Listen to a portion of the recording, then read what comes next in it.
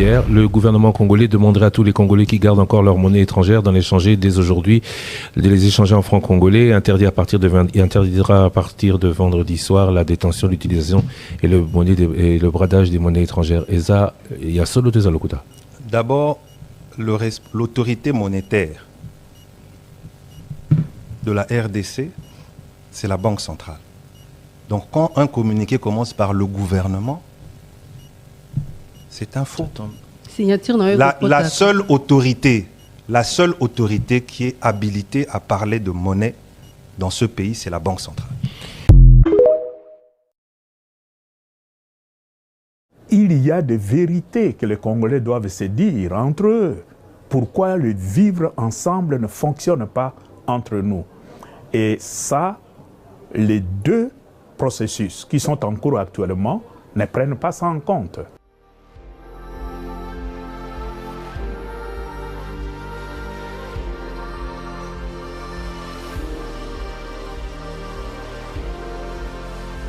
Ben, nous partons du principe qu'actuellement au Congo, il y a une dynamique qui va dans le sens de la réconciliation entre tous les fils et filles du Congo. Une dynamique de paix, recherche de paix, du mieux vivre ensemble. Et dans ce contexte-là, nous considérons que cette décision de la justice militaire, même si c'est encore par contumace, c'est un mauvais message. Un mauvais message d'abord parce que pour nous, la communauté est faite pour protéger la vie, pas pour éliminer des vies. Et chaque fois qu'une vie est menacée, ça nous perturbe, ça nous attriste. Et une société qui arrive à prendre une décision pareille, c'est quand même un échec. Un échec de la communauté, de la société. Échec par rapport au souci de protéger la vie. Ça, c'est d'abord le principe.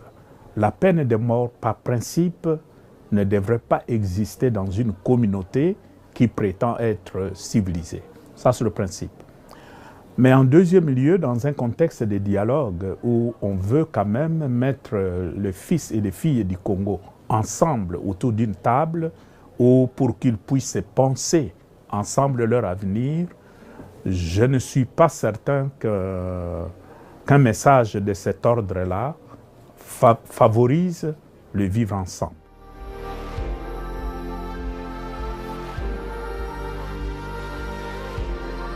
La mission de l'Église, c'est toujours une mission de réconciliation entre les enfants de Dieu. Et nous soutenons toute initiative qui va dans le sens de la recherche de la paix. Et à ce titre, l'initiative de Doha, l'initiative de Washington pour nous, ce sont des initiatives qui vont dans le bon sens, dans la bonne direction. Nous ne pouvons que encourager. Cependant, ces initiatives ne prennent pas en compte l'ensemble des problèmes du pays, le Congo. Voilà pourquoi notre initiative à nous vient justement pour pallier à ce qui manque à ces initiatives. Mais nous partons d'abord de la nature du problème auquel le Congo est aujourd'hui confronté. Il y a des problèmes de difficultés internes aux Congolais à vivre ensemble. Il y a des difficultés avec de groupes armés, je dirais des groupes nationaux, mais il y a aussi des difficultés à vivre en paix avec certains pays voisins, notamment le Rwanda. Face à cette nature du conflit, nous voyons que l'initiative de Washington prend en compte seulement le conflit entre le Congo et le Rwanda. L'initiative de Doha prend en compte le conflit entre le gouvernement de Kinshasa et le M23. Il y a des vérités que les Congolais doivent se dire entre eux. Pourquoi le vivre ensemble ne fonctionne pas entre nous? Et ça, les deux processus qui sont en cours actuellement ne prennent pas ça en compte. Voilà pourquoi notre initiative veut intégrer et prendre en charge l'ensemble du problème du Congo.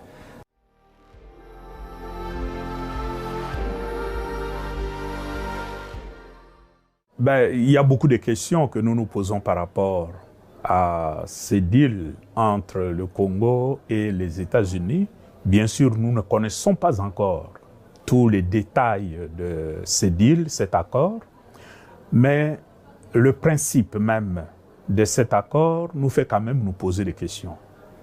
Si vous prenez la réalité des minerais du Congo aujourd'hui, l'essentiel, c'est entre les mains des Chinois.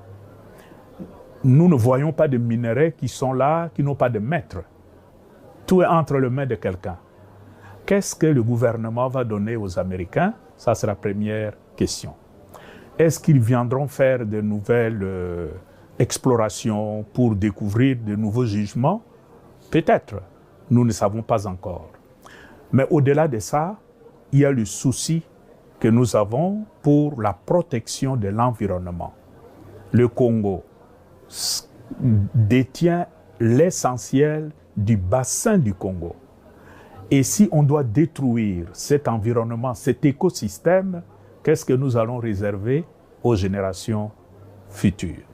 C'est bien d'avoir un peu plus de richesse en partant de l'exploitation de minerais pour la vie des Congolais d'aujourd'hui. Mais nous devons aussi penser aux générations à venir. Nous avons beaucoup d'inquiétudes. Et c'est renforcé par l'attitude même du président Trump. La vérité, c'est que nous ne connaissons pas encore les termes de cet accord. Pour nous, c'est un peu difficile de nous prononcer sur un accord dont nous ne connaissons encore ni les tenants, les aboutissants.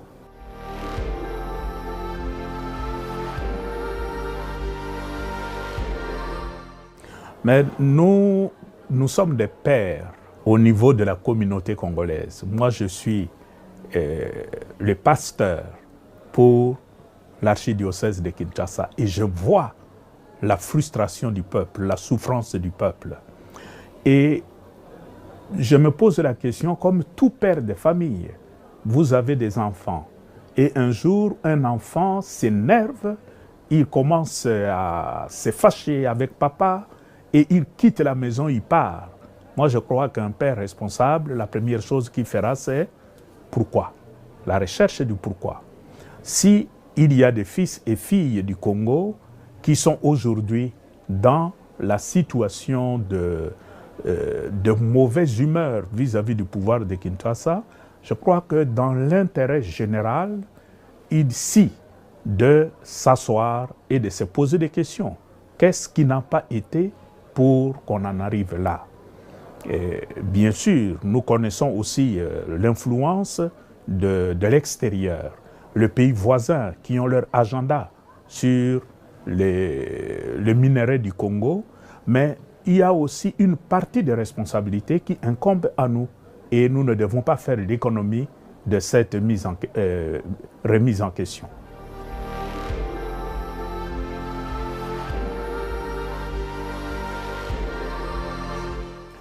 Ces pactes que nous avons justement appelés pacte pour la paix et le bien vivre ensemble en RD Congo et dans la sous-région des Grands Lacs, c'est une initiative qui, en toute vérité, pourrait ramasser tous les problèmes du Congo et trouver une solution qui soit vraiment définitive pour une paix durable. Parce que le problème du Congo, à plusieurs degrés. Le niveau local. Il y a beaucoup de petits conflits entre les communautés. Au niveau national, nous avons un vrai problème de gouvernance depuis des décennies. Le pays, au lieu d'avancer, le pays recule. Au niveau sous-régional, nous avons des conflits avec certains pays voisins, notamment le Rwanda. Le Burundi, d'une certaine manière, parce que bon, le Burundi fait partie aussi du problème, et l'Ouganda. Il y a la dimension internationale, tous ceux qui viennent chercher des minerais au Congo. Alors nous avons pensé que pour la recherche d'une paix durable, nous devons imaginer une solution qui prenne en compte ces différents niveaux. Voilà pourquoi le pacte qui se veut être une initiative inclusive, globale, qui n'exclut aucun Congolais, que cette initiative commence d'abord par une étude des experts et que les experts nous fassent déjà quelques propositions. C'est avec ces documents en main que nous passerons à la deuxième phase, qui est essentiellement la phase politique. Nous inviterons tous les politiques, que ce soit le pouvoir actuel, que ce soit l'opposition non armée et l'opposition armée, pour qu'on puisse se retrouver autour d'une table pour faire des analyses. Et en troisième lieu, nous pensons à l'issue de cette analyse, il y aura une sorte de conférence internationale, parce que le problème du Congo, ce n'est pas seulement le Congo, les Congolais entre eux, mais il y a aussi la communauté internationale.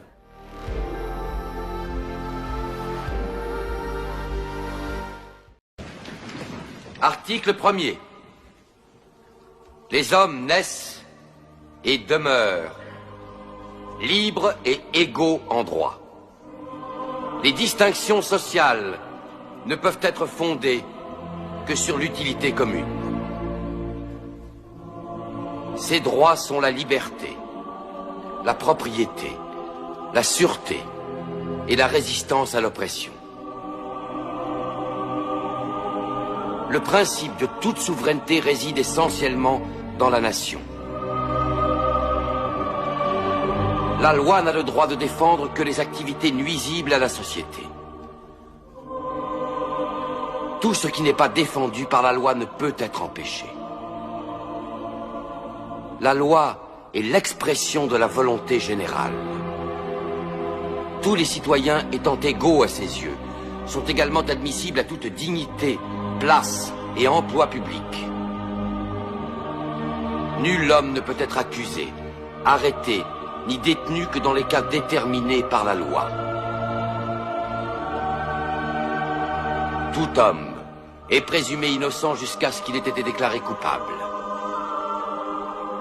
Nul ne doit être inquiété pour ses opinions, même religieuses. La libre communication des pensées et des opinions est un des droits les plus précieux de l'homme. Tout citoyen peut donc parler, écrire, imprimer librement, sauf à répondre de l'abus de cette liberté dans les cas déterminés par la loi. La garantie des droits de l'homme et du citoyen nécessite une force publique. Cette force est donc constituée pour l'avantage de tous. La propriété étant un droit inviolable et sacré, nul ne peut en être privé, si ce n'est lorsque la nécessité publique, légalement constatée, l'exige évidemment. Le conseiller financier, qui avait promis de transmettre le dossier en tête du ministre pour la signature, il a pris notre dossier, il a caché ça dans son tiroir.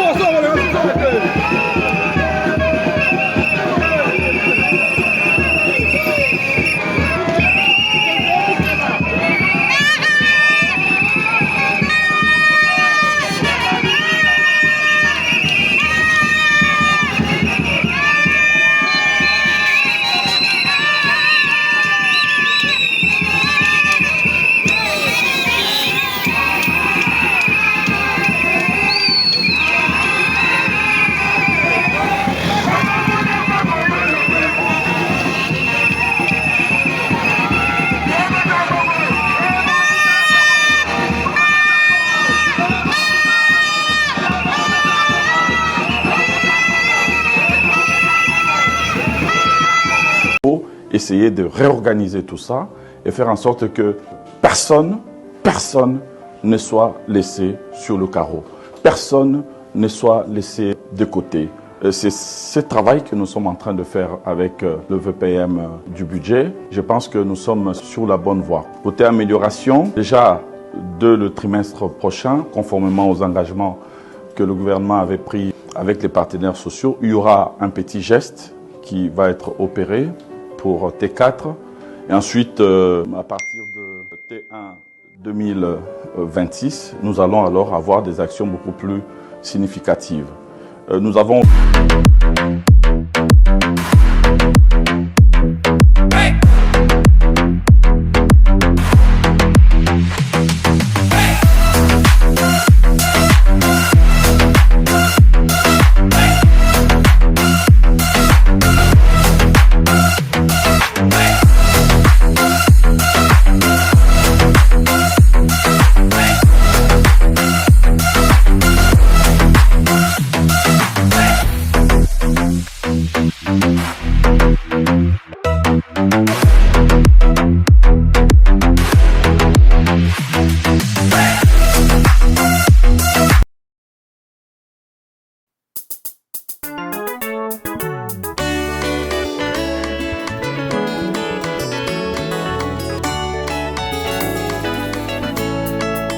Tu règnes encore mon Jésus, tu règnes encore.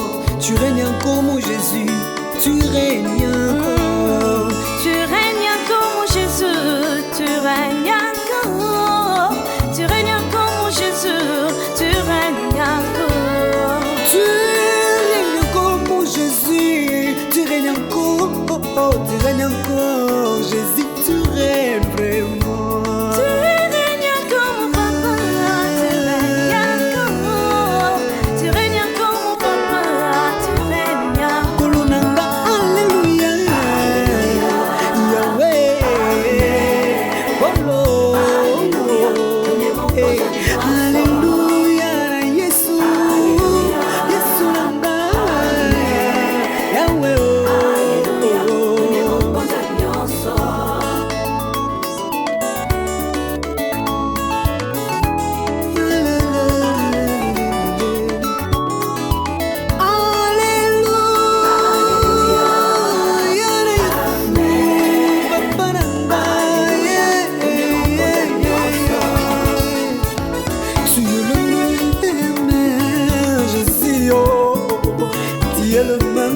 Jésus ne change pas, tu es le même.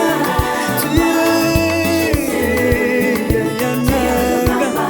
Jésus ne change tu es le même.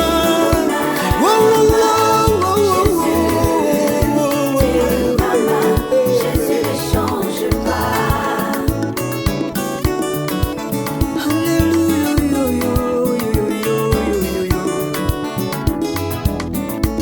Oh oui, nazanese mwango tombo la kombo ya nzambe ya bomo inavi na ngai pokati na ngai enda zobika kaka. Oh oui, jamais nakoki kokanisa yo na banzamba mokili oyo oleki nyonso polo na ngai. Tu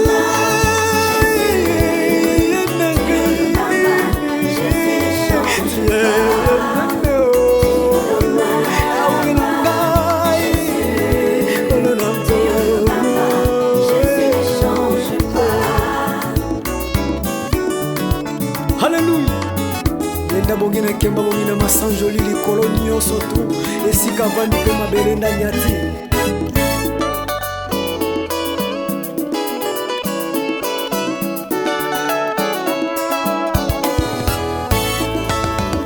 Likolo ezali evandelo na yo papa, mabele enyatelo na yo ya